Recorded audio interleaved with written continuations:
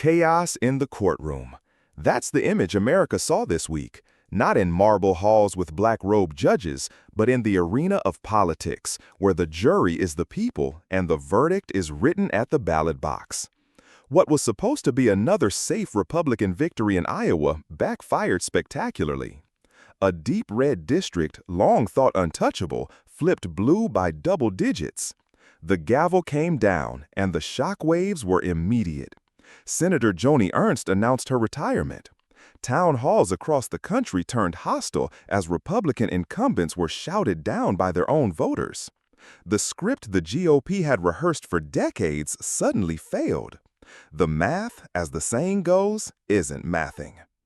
So let's convene this trial. The defendants, the Republican establishment. The charge, breach of trust with the American people. And like any good proceeding, we begin with testimony. Yes or no, Senator, did your party promise to serve the people of Iowa? Yes. And yet, when the people demanded accountability, you chose to retreat, announcing retirement rather than facing the voters' judgment. Yes or no, Congressman Moore, when your constituents confronted you at that Alabama town hall, did you listen to them? No. You fled out the back door. That's the record. That's the evidence. And the court of public opinion does not forgive cowardice. But before we rush to sentencing, let's lay out the facts. A Democrat in a district Republicans had penciled in as safe didn't just win, he won by double digits. That's not a fluke, that's a rebellion. It shattered the Republican supermajority in Iowa, rewrote the political map, and put every seat in play. The defense may try to argue this is an anomaly, a one-off, but the prosecution has more exhibits to enter into evidence. Exhibit A, town halls across America where Republican lawmakers are shouted down. Citizens are not nodding politely anymore. They are cross-examining their representatives like hostile witnesses. Shame, false, enough. These aren't Democratic activists staging protests. These are Republican voters, the supposed base, who have finally realized that the people they sent to represent them have instead been representing insiders, special interests, and one man at the top of the party hierarchy. Exhibit B, the rise of Rob Sand, Iowa State Auditor, the only Democrat elected statewide, now running for governor. While Republican incumbents duck in and out of events, Sand has announced 100 town halls months in advance, like a band on tour. He's filling rooms in small towns a year before Election Day. And his message isn't about red or blue, it's about better and truer. That's not rhetoric, that's evidence of a shift. Cross-examination time. To the defense. How do you explain a 28-year-old, never-before voter walking up to Sand in a mall and saying he will register for the first time to vote for governor? How do you explain a former cabinet member of Republican Governor Kim Reynolds, recommended by Senator Joni Ernst, writing an op-ed declaring Sand's campaign serious and urging Iowans to pay attention? How do you explain the erosion of loyalty, not from the fringe, but from the very heart of your apparatus? The defense stammers, pointing to history, to Iowa's red leanings, to cultural ties. But the Constitution reminds us from the bench, history is not destiny.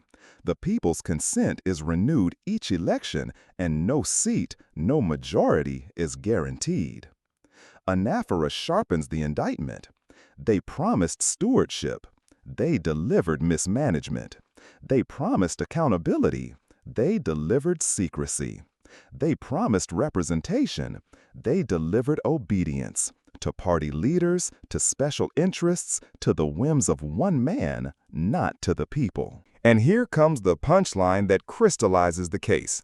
When your economy ranks 49th in America, when income growth is 48th, when cancer rates are the highest in the nation, but your legislature's priority is making it easier to hide waste from the auditor's office, the math isn't mathing. It never will. Now, the defense will object. Objection! This is partisan. Overruled. This isn't about partisanship. Democrats aren't universally popular either. They have their own failures. But the distinction here is in conduct. Rob Sands' campaign invites scrutiny, announces events openly, cross-examines itself. Republican incumbents hide their schedules, silence dissent, and flee when questioned. That contrast is admissible, relevant, and damning. The cross-examination intensifies. Congressman, yes or no? When citizens shouted shame at your town hall, did you answer their concerns or did you leave? Governor, yes or no?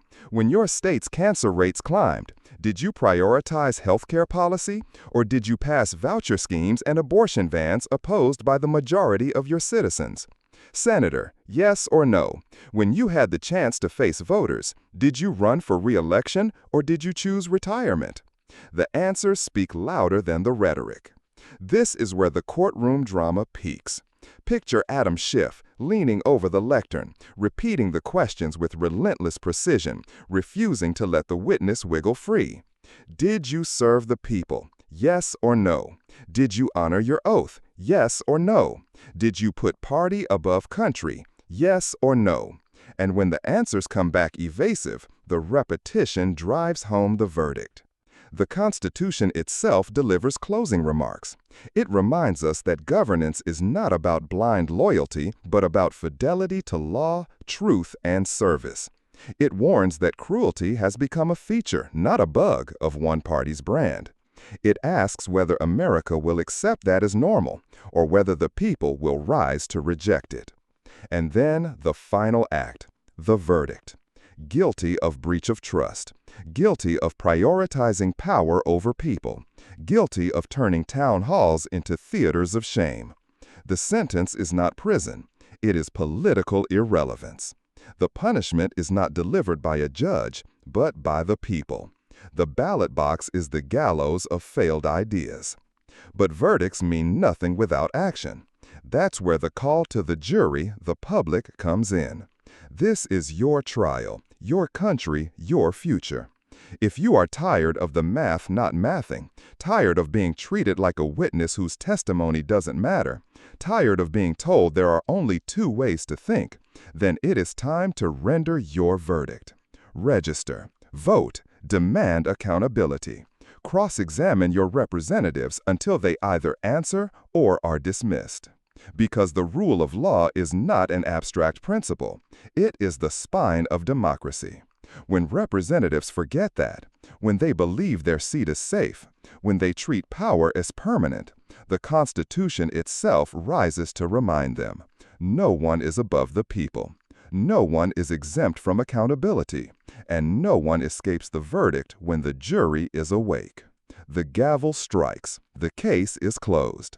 The awakening is here. Now the only question left is, will you, the jury, deliver the sentence?